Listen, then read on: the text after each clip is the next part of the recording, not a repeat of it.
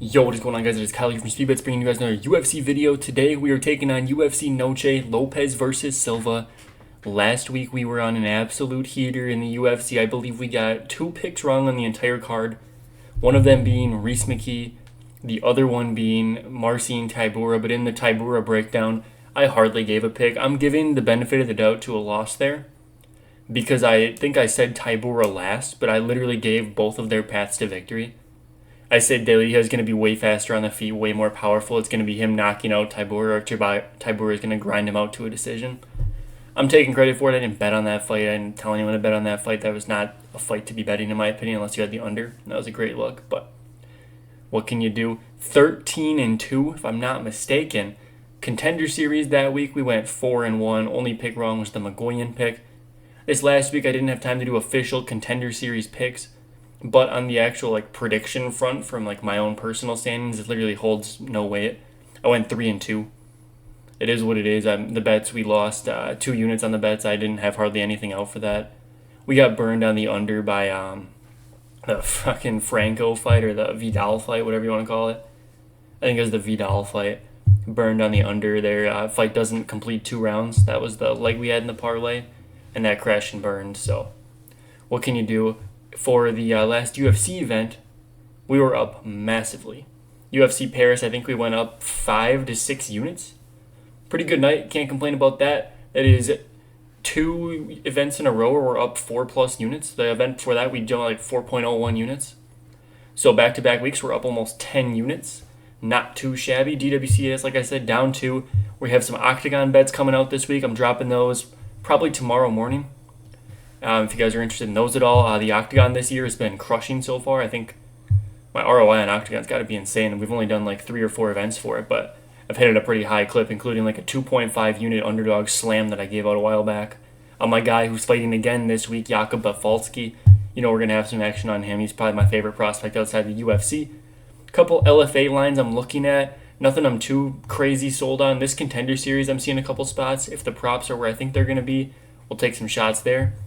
But yeah, we got a lot of bets coming up, a lot of stuff going on in the Discord. Again, remember, this is not financial advice. All right? If you don't have the money to gamble, don't be gambling. But if you're going to gamble on fights, you might as well come do it with someone who knows what they're doing and is going to give you the bets for completely free. If you don't agree with any of the bets that I'm doing, don't bet it. Only bet it if it makes sense to you. If you listen to my reasoning in the videos, you listen to my breakdowns, you like what I'm saying, then you want to tail, then you want to win with me. But let's get right into this, man. I'm super excited for this card. I don't know if their pictures are ever going to load, but it is what it is. We have Daniel Danchenko taking on Rodrigo Cezinando. Cezinando, a very pressure grappler. That's where he thrives. That's where his most success comes from. Daniel Danchenko, man, this guy's got some bombs on the feet. This guy's tight with Robert Valentin. You saw them dapping each other up before Valentin was sacrificed to Gauthier. And I think this fight right here, this is, in my opinion, a pretty easy fight for Danchenko. I don't think Cezinando's grappling is on the level where Danchenko's not going to be able to handle it. I think he might get taken down once. That first round, he might get cage pushed for a while, but they're going to break. Cezinando's going to be a little bit tired. Danchenko's just going to batter him up. I'm feeling a second round TKO for Danchenko. I don't have a ton of analysis for this fight. I don't think a lot of people care too much about this fight, but give me Danchenko round 2 knockout. I think the power in the hands is going to outweigh Cezinando's grappling edge. I don't think he's going to do enough along the cage if it goes to decision. I don't think it's going to favor him. So yeah, we're going to make Danchenko knockout. Montserrat Rendon taking on Alice Pereira. Now this fight right here is actually one of the funniest fights that I've ever taped before. There's 4 fights on this card where if you were to give me just 5 cases of liquor, lock me in a room by myself, a padded room, just at an insane asylum, and you were trying to make me go crazy, these are the matchups I would come back at you with. I mean, Alice Pereira is fighting in a shopping center. There's a Sears behind her. There's a food court in the corner, and there's a a Brazilian JC Penney's right behind her in the cage. And the only people that are recording this event, because for some reason there's no actual tape, it's people's phone recordings that get posted on the Instagram. I have no idea. It's that demo fight, demo league, whatever the hell. The Rafael Sucaria promotion that we've talked about. We've watched those fights together. I believe I showed some clips, but it's one of these fights, she's got a couple fights that are flagged for illegitimacy, her opponents weren't trying. is it's like really crazy to me because some of the fights that aren't flagged, the opponents actually look worse than those that were flagged. I mean, there's one, this lady looks like she literally just got off of her shift at Target, and she was going out the back to catch a smoke before picking her kid up from soccer practice. And they grabbed her, threw some gloves on her, and they said, "Hey, you want to make $500? Come here." She's standing in the ring. Her hands are just like straight out in front of her, like this kind of guard. Alice Pereira goes to glove touch her. This girl looks at Alice Pereira with just straight confusion. No idea what's going to happen. Alice Pereira, she like feints a jab. This girl just doesn't react like whatsoever. And then she throws a body kick followed by a hook, and the girl instantly like shells up along the cage. And Alice Pereira she level changes, but she doesn't even really like go for the takedown. She just level changes, and the girl kind of falls over and then instantly gets TKO'd. I mean, that's like one of her best wins. But then you have Montserrat Rendon here. I mean, best win being Tamaris Vidal? I just think Montserrat Rendon's best work is done in the grappling. And we have never seen Alice Pereira have an opponent that wants to take her down. I mean, we just literally don't know. Montserrat Rendon, she just kind of has a way of getting her takedowns, but they're never quality. They aren't good takedowns at all, and then she really can't even control you. I mean, if you're not able to control Daria Zelezniakova, what are you doing? I mean, if you can barely control Tamaris Vidal, what are you doing? Like, these are two of the worst grapplers in the division. Tamaris Vidal is like a 7-4 mixed martial artist. Tamaris Vidal has been finished in a fight by Carol Rosa. What are we doing, man? I can't pick Montserrat Rendon. She's literally awful. But Alice Pereira, this fight is so funny, and I think this fight's going to go one of two ways. Either Montserrat's going to take down Alice Pereira, and Alice Pereira is going to have literally no idea what to do, and she's just going to get laid on for 15 minutes. Or Montserrat Rendon's going to get the takedown stuffed, and Alice Pereira is just going to, like, jab her up for the whole fight. I don't think Pereira has high-level finishing upside. I don't think Rendon has ever sniffed a finish, like, ever in her career. Yep, I was right on that. That was literally just a shot in the dark from the tape I watched, but never finished anyone, never been finished. Don't think Pereira is going to be the one to finish her. I mean, what are we doing, man? Give me Alice Pereira by decision. This is a 1-800 fight, 1-800-GAMBLER. If you're putting money on this, call the number now. You have Alessandro Costa taking on Alden Correa. This fight right here is one where I was looking for a reason to pick the new guy. I see a big underdog on a newcomer against a UFC fighter who's had some struggles, who I don't really think is all that great. And then it's like, I watched Alden Correa's tape, and he's a fun fighter. I don't know that he's like the next coming of Christ. I think Costa's going to be a lot for him. He's got some power. He's a high-level finisher. But that's kind of about his grappling. I don't think is going to hold here against Costa. I wish Costa would grapple a little bit more offensively. He'd probably win this fight very easily. But I think he's going to do that thing he always does where he just pressure boxes you. He is short, but it doesn't matter. It didn't stop him against Kevin Borjas. It's not going to stop him here. He's going to chop the legs, use that to get his way inside. And I think he's just going to beat up Correa in the pocket.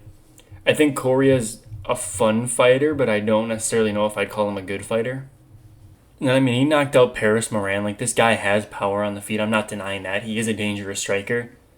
But it's like Paris Moran just also then lost to a JP Bays victim. So, I mean, I don't put a ton of stock. I hear some people putting a lot of stock in that win, saying he's going to knock out Costa. I would be hard-pressed to believe that. I think, if anything, Costa's going to TKO this guy along the cage, mixing in the leg kicks. We see it all the time. I mean, Harry Hardwick just was the prime poster child for the point I'm going to make here. These guys that are getting called up to the UFC on short notice, where they've fought people, but they haven't fought well-rounded fighters. Like, I mean, he's not fighting bad. Like, Correa's got a decent resume. These guys he's fighting don't have many losses. These guys are pretty decent prospects in their own right. But especially in Fury FC, when you go through these guys' resumes, they've all fought the same, like, 4 guys. And there's just 4 guys that have taken losses, like just some brutal losses to like these up and comers. I don't know. I just don't think Correa has seen a fighter as complete as Costa is, and I think Costa's gonna box his head off. Give me Costa, late knockout or decision. Zachary Reese taking on Cedric Dumas. Now this fight right here is getting talked about a lot this week, and I don't know why. This is one of those matchups where I was talking earlier. I mean, Zach Reese's best wins are Dusko Tudorove, like Jose Medina. I mean, Julian Marquez. These are his staple wins, his 3 UFC victories. You look at a guy and say he's got 3 UFC wins, then you rattle off 3 of the worst fighters. Dude, if he wins this, Cedric Dumas, this will be literally the worst 4-fight streak of any fighter in the entire UFC. I don't think there are 4 worse wins you could have. I mean, Cedric Dumas, it's not like Cedric is a whole lot better. What is this guy? He's got 3 wins as well. It's Dennis Tululin, Abu Azitar, and Cody Brundage. People are saying that Zach Reese is like a lock. Am I crazy to say Cedric Dumas has beat better people? If you want to do the simple MMA math, I mean, Cedric Dumas beat Cody Brundage. Cody Brundage beat Zach Reese.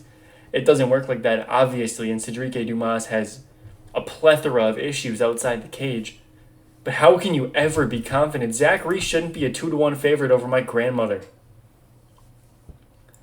My grandmother would have a better shot than 2-1 against Zach Reese. I mean, this guy might get knocked out by a gust of wind. If this guy's back touches the mat, it's like he has a built-in gi. His back just sticks to the mat and he can't get back up. He is allergic to standing up. If his back is on the mat, he is fishing for arm bars. And the crazy thing is, in this fight, that is literally all he needs. I mean, Dumas, his entire career, his success comes when he's able to wrestle you. Could you wrestle Zach Reese and sit in his guard and just stay safe for the whole fight? Yeah. Do I think Cedric Dumas is going to be able to stay safe for the whole fight? No, I really don't. I think Cedric Dumas is going to pressure forward and take Zach Reese down with little to no resistance. And then I think Zach Reese is probably going to armbar him. I mean, and it's just like going to be a repeat of his Contender Series fight. Cedric Dumas has never won a fight like standing. The Abu Azitar fight was, I mean, I barely count that as a win. He didn't look good. Abu looked worse. Zach Reese is awful. He's chinny. Cedric Dumas doesn't have power. I mean, it's like we're looking at Dennis Tululin. This guy has 5 UFC losses. 4 people were able to finish him. Not Cedric Dumas. And Cedric Dumas got Dennis Tululin after all of them. After all the damage, after all the wear and tear, after seeing the holes in this guy's game, Cedric Dumas took him to a dicey decision. I don't think it was really dicey, but it felt dicey because Cedric does nothing. But I'm just yapping now. His success comes in the grappling. He won't have grappling success against Zach Reese unless this guy has literally been drilling nothing but guard defense. Because I think he's going to take Zach Reese down as easily as anyone ever has. And then he's going to look to ground and pound him like Azamat Bakoyev did. But he's going to reach that arm up. Zach Reese is going to throw the legs up. He's either going to arm bar him or triangle him. It's one of the two. Give me Zach Reese, first round arm bar. I really want Zach Reese to lose. I don't like this guy. I think he's absolutely horrific. But who knows? Maybe after this fight we'll get Zach Reese versus... Shit, I don't even know. Bring back Magomed Gadzhiesulov, maybe. Then we have Luis Garule taking on Jesus Aguilar. Now, I'm not proud to admit that I picked Luis Garule and I bet him at chalk against Ode Osborne. Why? Because this guy has takedown upside. This guy can shoot a takedown. I think he had like 1 submission. Good enough for me, dude. You're beating Ode. Because Ode can't stop a takedown, and once you take him down, he's never getting up. We just saw Ode Osborne just about knock out Steve Erceg in the first round. And then what happened? Steve Erceg locked in and said, oh shit, wait, I'm a grappler. And then he took Ode down and didn't let him back up. Luis Garule did that in the first round, and then the second round came, he didn't get the takedown, he got knocked out. Not a ton of shame in that. Ode's dangerous on the feet. But right here, you shouldn't. Lewis, you shouldn't shoot takedowns, but I have a very bad feeling you're going to. Jesus Aguilar, across his, how many? This guy has 6 UFC fights, if I'm not mistaken. Okay, this guy has 5 UFC fights. And he has been, I don't even know how this math works out. He is absorbing 1 strike, 1.1 strikes per minute. Why is that? Because every chance this guy gets, he pushes you to the cage. He'll knee you once in the body so you drop your head a little bit. And then he just jumps the ghillie every single time. And you know what happens? He just gets stuck on bottom and the guys are peppering him with strikes, but none of them are significant, so his opponents get no significant strikes. Once you're in this guy's guard, he literally offers nothing. The entire threat to Jesus Aguilar's game is in that range where you even saw Cedric Dumas against Mateusz Panage on the Contender Series, when Panage was on one knee getting up from a scramble and then Cedric latched up the guillotine. That's Jesus Aguilar's red zone. His green zone is quite literally anywhere else in the fight. Once this guy pulls ghillie and he doesn't get it, you're just going to lay on him for the rest of the round. He's going to gas out. He doesn't have horrible cardio, but it's not good. I have a very bad feeling that Luis Garule and his sly, smug little smile over there is just going to shoot a takedown and get ghillied, but I have to go on the tape. I have to go with what I've seen. Jesus Aguilar is horrible. He quite literally offers nothing except for a fluke submission upside. That was good enough to beat Stuart Nicole. Is it good enough to beat Luis Garule? Maybe. I don't think so. Give me Luis Garule by decision. I don't think he has to do a lot. He just has to do a little bit, and he's going to do enough to beat Jesus Aguilar. I mean, Aguilar is hittable as can be, but like I said, he's only absorbing 1 strike per minute because this guy just runs at you and then tries to flying guillotine you. It's the most ridiculous shit ever. He's got an insanely small reach, but Luis Garule is right down there with him. I don't know. Give me Garule by split decision. There's going to be 1 locked-in sub attempt that's so close that a judge gives Aguilar the round. I mean, Garule, man. Tatiana Suarez taking on Amanda Lemos. And this fight right here, it's painted out to be kind of like the tale of 2 careers. Tatiana Suarez, the up-and-coming contender, finishing everybody. Amanda Lemos coming down on the decline. I think both these girls are not that great. Now, in theory, this is the easiest fight Tatiana Suarez has had since Jessica Andrade. Now, I know that wasn't too many fights ago, but you get what I'm saying. She's had some easy fights. Against Wei Li, she had a good first round, and then after that, she didn't have a plan B. Plan B was never in discussion. We're going to talk about another fighter that has that same tendency. 0 plan B. I mean, Amanda Lemos, she doesn't have a plan B. I mean, it's knockout or bust. Can she win a damage-based decision? Maybe. Does she ever really do that? No. I mean, I don't think I've ever seen Amanda Lemos stop a takedown.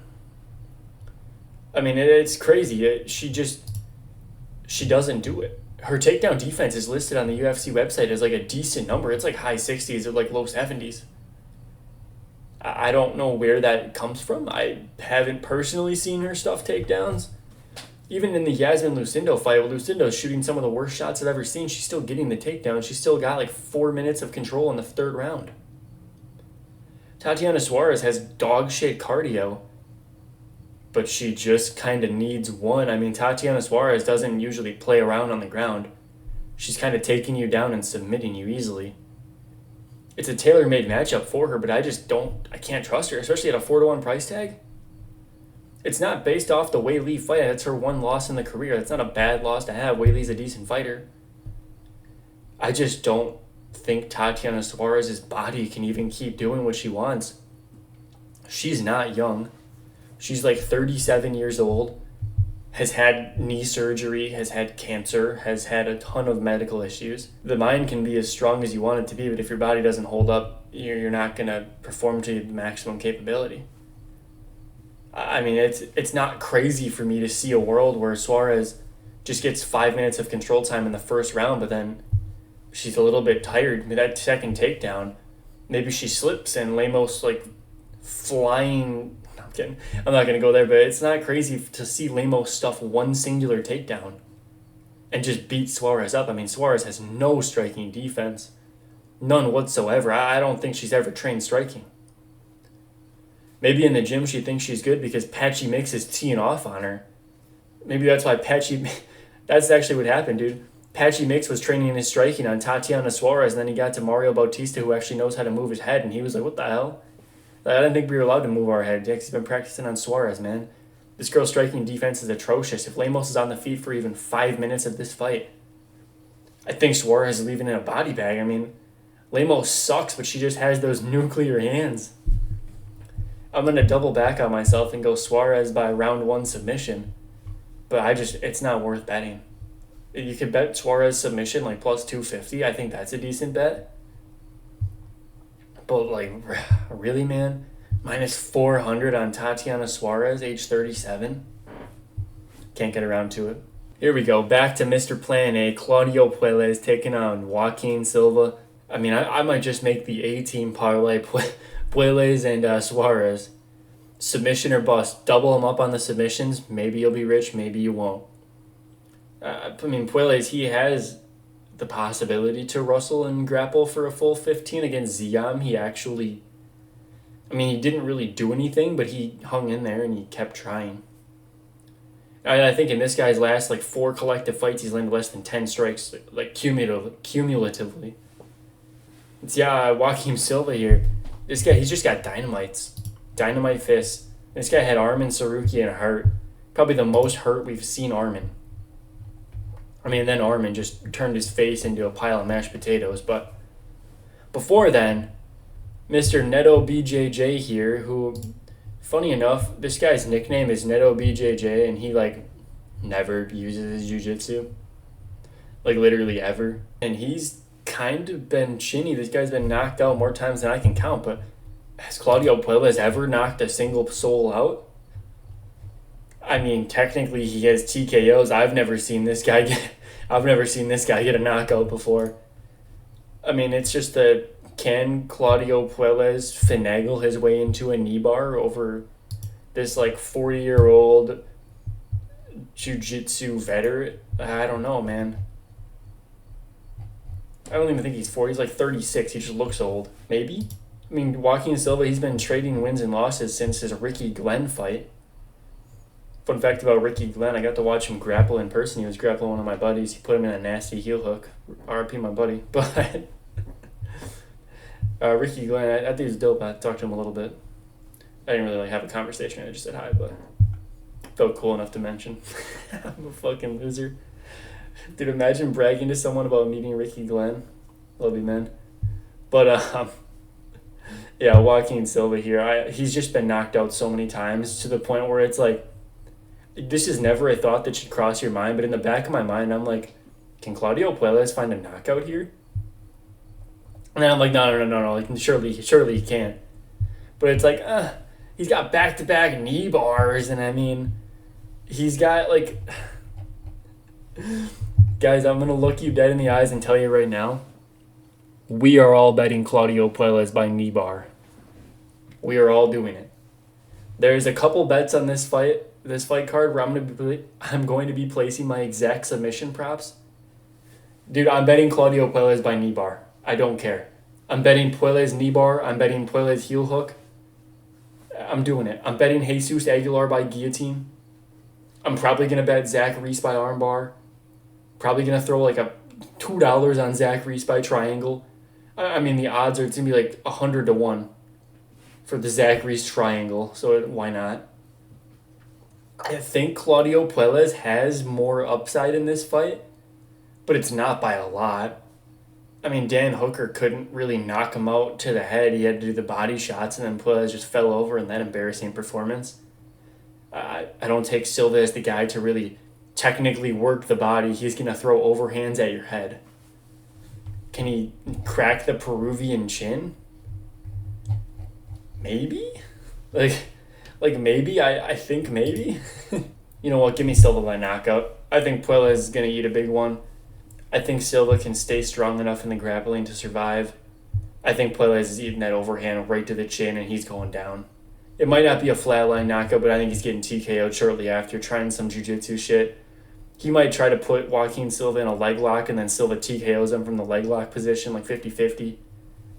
I can see something weird happening, like a weird ending to this fight. I think there is finishing upside on both sides, but Silva's never really been submitted, so it's kind of hard to say that. But I mean, you've never been knee barred until you have, so give me no, I'm kidding. Give me Joaquin Silva, round 2 knockout. I think Claudio Puella is going down. Now this one's a fun one. We have Jose Medina, the human punching bag, taking on Dusko Tudorovic. Dusko, I consider to be one of the worst fighters in the UFC. He might be like 3rd or 4th worst, and right below him is Jose Medina. I think this guy can't stop a takedown. This guy can't block a punch. He doesn't move his head. He doesn't throw offense. He doesn't actually do anything. He shows up there in the cage to just stand there. I didn't think there was a time when I could ever even remotely consider picking Medina to win a fight. And then I saw him get matched up against Dusko, and I'm like, dude, I don't know. Dusko at minus 400 over a single person on earth with a beating heart is a little insane. Could he do it? Yeah. Will he? I don't know. Dusko has like good ground and pound. He has decent takedowns. But Medina's got a stupid high finish rate. Regardless of the fact this guy doesn't do anything in the cage, somehow he's found his way to like 10 finishes. I think Dusko's been finished in pretty much every single loss besides Zach Reese, because Zach Reese is also garbage. Somehow Gregory Rodriguez couldn't finish him. A mystery to me and you both. Is it crazy to say Jose Medina knocks this dude out? I mean, yeah, it is, because Jose Medina sucks, but Dusko's not a lot better. This guy's got 2 wins in the last half a decade, and it's Maki Pitolo and Jordan Wright. What am I supposed to do with this information, man? Holy shit. Like, Jordan Wright, Dusko knocked him out via ground and pound. I'm never going to forget Jordan Wright is the only person on earth that could ever get tapped out by Marc-Andre Barriault. That guy's ground game is next to nobody in terms of the worst I've seen. I'd be shocked if Dusko couldn't have TKO'd him. Like, I don't think Jose Medina's ground game is that bad, but this guy's fucking horrible. This fight right here literally kept me up a couple nights ago. When I first did my tape for this fight, because I taped this one a while ago because I just liked watching Jose Medina get punched. This fight kept me up. I think it was like Tuesday night. I literally was in my bed just staring at the ceiling thinking, who am I picking here? Because Dusko can't win a fight, but neither can Jose. Is this going to be a draw? Is it going to be a no contest of some sort? I mean, we could just bet a draw here. Like, Dusko just gets randomly chinned really badly in the 3rd round after wrestling Medina for the first 2. Medina just, for some reason, like, isn't hurt, isn't tired. Dusko's up 2 rounds. Dusko's coasting. Medina drops him twice, gets a random 10-8, and then it's a split draw or something. Like, this fight just screams something weird. I think Dusko has to be the pick.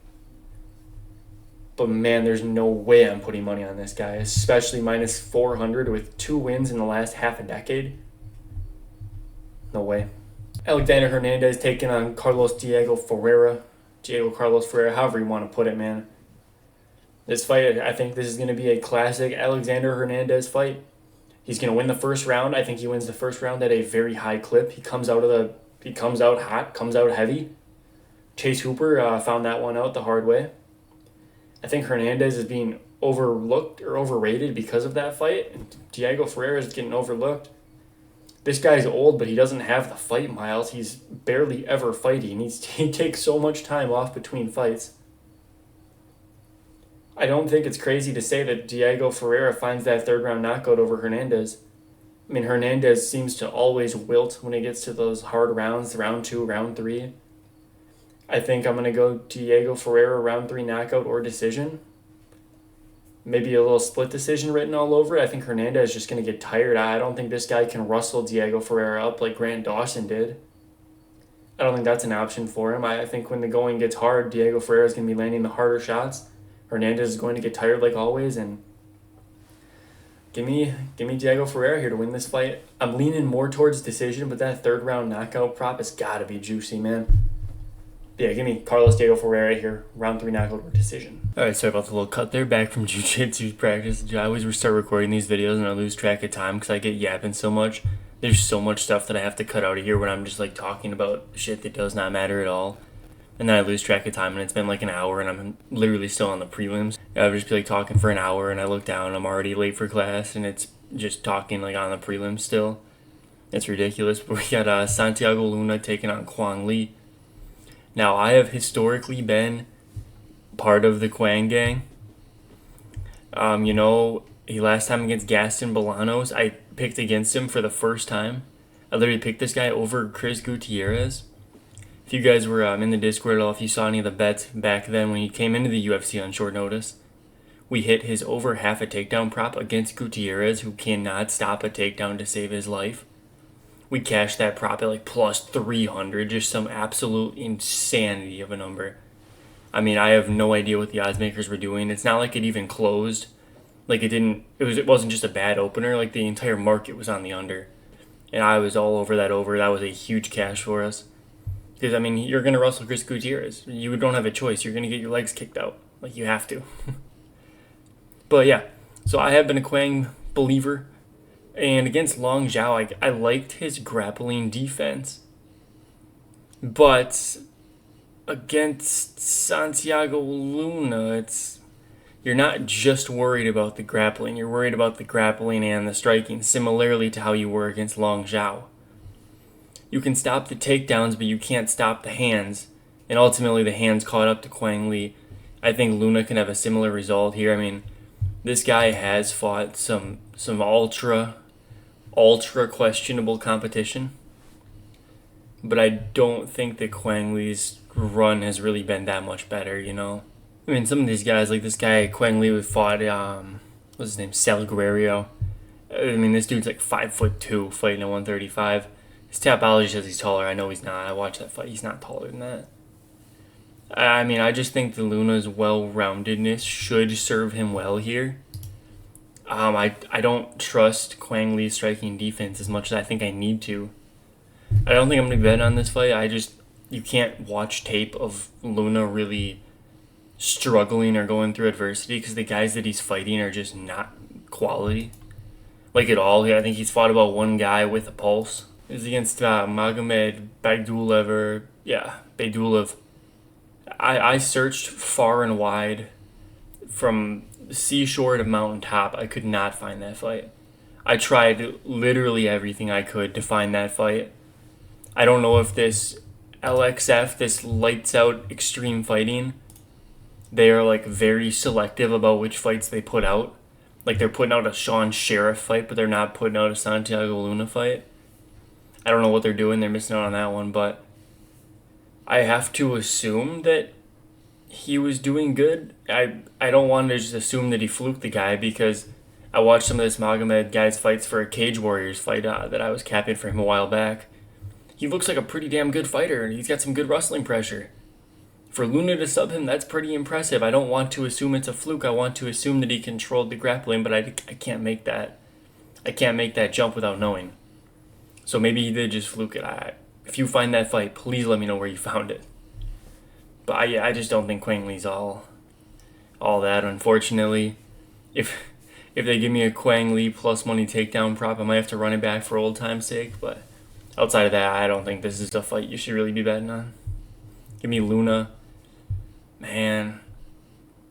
Kwang Lee did look good in the grappling against Gaston Bolanos, though. But how bad is Gaston Bolanos? Let's just be 100% honest here. Oh man, I mean, Gaston Bolanos, his best win is against Cortavius Ramius. That's tough, man. That's tough. Give me Luna here. I'm going to go by knockout. TKO, ground and pound. Round 2. You have Dustin Stoltzfus taking on Kelvin Gastelum. And Kelvin Gastelum, if you haven't seen the Media Day pictures, This dude is actually round. I mean, this picture right here is updated, but I don't think that even does him justice. He literally looked like a bowling ball. It was horrific. He might genuinely miss 185 pounds. And then we got Dustin Stoltzfus on the other side. I mean, this guy, I've seen this guy lose in every single way possible. This guy's a 3-6 in the UFC fighter. He got into the UFC off of a fluke injury on Contender Series against Joe Pyfer. I mean, that fluke is the best win of his career. It's not even remotely close either. I mean, Dustin Stoltzfus, I watched this guy try to take down Nursultan Ruziboyev. Ruziboyev's game plan when you're trying to take him down is he grabs the Kimura, looks to the sky, prays to Allah, the takedown, and he hopes that you just give up out of fear. I mean, this guy literally has zero idea how to stop a takedown. And Stoltzfus really struggled to consistently get him down and to hold him down. Ruziboyev is not a good fighter. He's not a quality fighter. He is actually horrific. He's got big knockout power, and Stoltzfus avoided that, so good to you. But you got out-techniqued by Nursultan Ruziboyev. And then we got Bruno Ferreira. Stoltzfus was looking okay in that fight, and then Ferreira hits him with a spinning elbow, and he's done. Abus Magomedov, he didn't even get a chance to start, just knocked him out in the first 20 seconds. He got killed by round 3, GM3, that's going to happen, no fault there. Rodolfo Vieira, round 3, that'll happen. And then Kyle Dawkins, the guy, I mean, what can I say? Dustin Stoltzfus struggles with the grapplers very clearly. Good thing Kelvin Gastelum's not a grappler, he's just a fat striker, but he's got some hands. If Stoltzfus is smart here, he comes in Russell heavy. Gastelum is clearly overweight, clearly is not taking his career seriously at all, clearly wants to get cut from the UFC. You just take him down a few times in the first round, you tire him out, you get a finish in like round 2 or round 3. 100% that is how you beat Kelvin Gastelum, very simply. Joe Pyfer showed us you are not going to knock out Kelvin Gastelum. Joe Pyfer quite literally dropped him to the ground, sat him on his ass with the first punch he landed in that fight. There was a moment in that fight where Joe Pyfer was 1 for 1 with 1 knockdown on his strikes. Stoltzfus isn't going to finish Gastelum on the feet. That's out of the equation. You could submit Kelvin Gastelum. He's been submitted a few times. Usually he gets caught by kind of the weird shit. Like I think just off the top of my head, Sean Brady got him with the Kimura. Jack Hermanson got him with the heel hook. I think he's been subbed 3 times. Other one might not have been in the UFC. Oh, Chris Weidman got him with the arm triangle. Is there a path for Stoltzfus to do that? Maybe. But who has Stoltzfus gone out there and submitted at a high level? I'll give you a hint. The answer is nobody. Punahele Soriano is a nobody. I don't put any stock into a Punahele Soriano win. Begrudgingly, I'm going to pick Kelvin Gastelum here. I think he's just got more power in the hands.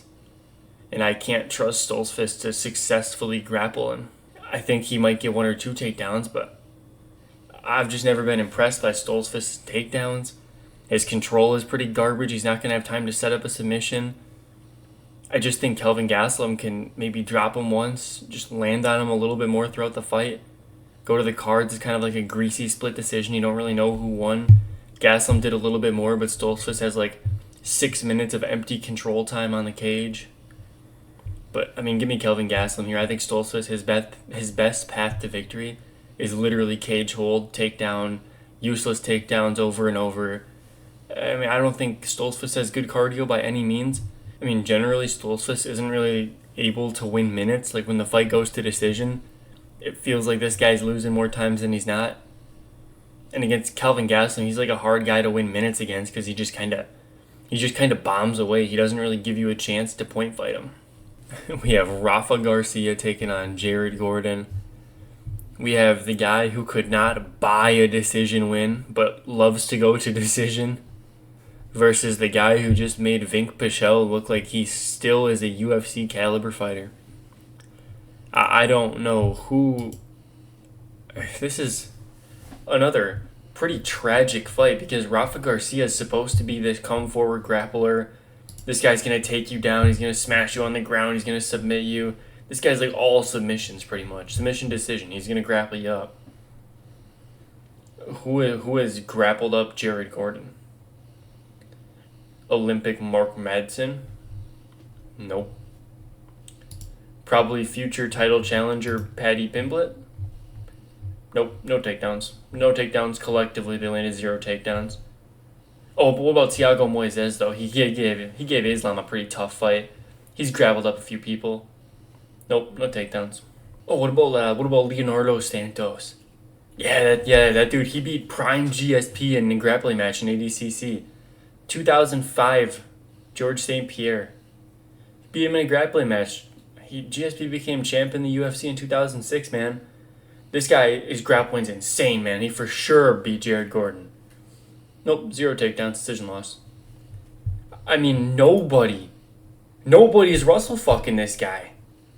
Grant Dawson is the only one who was actually able to do it, and we all know Grant Dawson's on another level.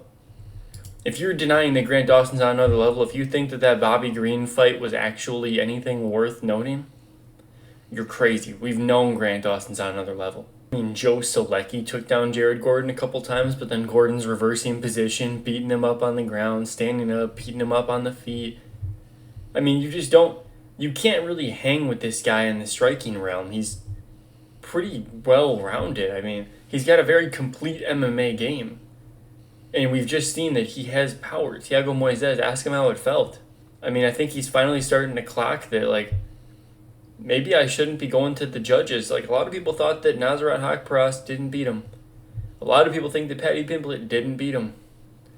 Jared Gordon could have 2 more UFC wins, and that would put him on 6-fight unbeaten streak for not worrying about the headbutt with Bobby Green. I think Jared Gordon's got this guy covered. I cannot see Rafa Garcia taking him down over and over. Do I think he's going to try? Yeah. I don't think he'll be successful, though. I mean, this guy barely got 2 takedowns on old man Vink Pichel, 2 for 6. Vink Pichel has a 30% takedown defense. Are you fucking kidding me? Across a 12-fight sample size where all of the fights except for 3 of them went to decision. This guy's got some minutes in the octagon. He is sporting a 31% takedown defense in Rafa Garcia. This absolute menace who averages 3.5 takedowns per fight. This menace took him down twice. And he struggled. He shot at a 33% clip. I mean, this guy is just horrific. I don't know what he's doing with his career. I think Jared Gordon's got this guy covered. I'm taking Jared Gordon by decision. We have Rob Font taking on David Martinez. This line movement has been a little bit bizarre to me. I'm not going to lie. I thought the price was decently fair at open, and then everyone and their mother is betting David Martinez. Am I crazy, or is that not the side? I mean, I think Rob Font has got this guy. I mean, we see this time and time again. I've been a Rob Font hater. I've bet against Rob Font, and guess what? I'm losing my money. I don't really even think that he beat John Matsumoto, but the fact that he did enough to even make it a split decision, I didn't expect him to do that. I thought Matsumoto was going to take him down and submit him. Kyler Phillips gassed out in the first round, but that's kind of what Kyler Phillips does. We should have known that. Lost to Davison Figueiredo, so what? Lost to Corey Sandhagen, so what? Sparks Adrian Yanez. Yanez was supposed to be the truth. Rob Font plus 150 dog in that fight. Smokes him in the first probably half of a round. Chito Vera, okay, that's a bad loss. But then you have Jose Aldo. You have a win over Cody Garbrandt, Marlon Moraes, Ricky Simone, Sergio Pay. Like, this guy has good wins. He struggles with the takedown defense. His takedown defense is actually awful. Like, it's actually really, like, real bad. Like, 42% bad. Matsumoto reminded us of that when he shot at takedowns at a 70% clip. Martinez isn't shooting takedowns, though. I mean, this guy, he's technically striking at range. He's super fast. This guy, he's very young. He's got some serious speed. His takedown defense hasn't really been tested, but he's got 100%. I think he stuffed 2 takedowns from Oliveira, if I'm not mistaken. Or he stuffed 3 takedowns from Xavier Franklin on Contender Series. What a poor signing that guy would have been. But David Martinez, he fights okay on the back foot. I've seen this guy back up and counter-strike a few times. I think that'll pay dividends against Font. But just when it comes down to it, you can't touch Rob Font's level of competition. I mean, it's just not even remotely close to the same league. Rob Font is fighting damn near S-tier fighters. His last 2 fights, he beat 2 prospects. 2 very young prospects, might I add. Or I guess I don't know how old Kyler Phillips is 30. Matsumoto is 26. He's taken out these prospects. He took the O of John Matsumoto. Losing to Davison Figueiredo. Losing to Corey Sandhagen. Yanez, the rising prospect, comes up. He gets sent packing. It just kind of feels like this guy only loses to really established guys. He's like an older version of C-Rod. Except his fraud checks come in the form of striking rather than the form of grappling and cardio. I think Rob Font's going to win this fight. I think Rob Font's going to get it done by decision. I think David Martinez is talented. I think this is a tall ask. Rob Font was preparing for Raul Rosas Jr., which is important to note because he was probably working on a lot of grappling. So I don't think Rob Font needs to relearn striking. He doesn't need to drill striking every single day. This guy's been doing it for a long time. He's got it covered. We're going Rob Font by decision. On to the main event here. We have Diego Lopez taking on John Silva. And fighting nerds are back. John Silva is going to plaster Diego Lopez's face in blood all over the canvas. I don't think this fight is even remotely competitive, I'm not going to lie. I've been a big Diego Lopez hater. I've been a big Diego Lopez doubter. I don't think this guy's good. I think his run has been extremely overrated. This guy got hyped up off of getting 30-27 and almost finished by Movzar. But he almost had that knee bar. Yeah, the knee bar where Movzar didn't give a shit at all and then almost TKO'd him the next round. I mean, ridiculous stuff. John Silva is going to be way faster than Lopez. Way faster. Way more accurate. He doesn't throw a ton of volume, but I bet he's going to throw more volume than Lopez. And Lopez is so hittable. I mean, this guy doesn't move his head. He's too busy itching his chin. I mean, I just think that Volk kind of showed us. If Volk can stand and trade with Lopez at this point in his career with the chin he has. What is Silva get? Is Silva chinny? I don't think so. We've seen Silva take a couple big shots, nothing crazy, but he was eating Drew Dober's biggest shots. I think Diego Lopez is just not, he doesn't have the ability to get the fight to the ground, which is where he needs it to be if he wants to win. If I knew for a fact that he could take down John Silva, hop into mount, and start working his game from there, I'd pick him in a heartbeat. But he's never done that. The only takedown he landed in the UFC, if I'm not mistaken, is on Dan Ige. Your one takedown's on Dan Ige. Are you kidding me? Dan Ige took the fight on like less than 5 hours notice. And he's always had bad takedown defense. The guy just got taken down a million times by Patricio Pitbull. I'm not putting stock into this, man. This guy got so much aura for knocking out Sadiq Youssef with just uppercuts in the clinch that he wasn't even looking at. It's ridiculous, man. Give me John Silva by knockout, round 3, round 4. Get me off this, man. I think Diego Lopez sucks. If you guys enjoyed the video, make sure you drop a like. Let me know in the comments what your locks are. Yeah, we'll see you guys in the Discord, hopefully. Catch you guys in the next one, man. Peace out.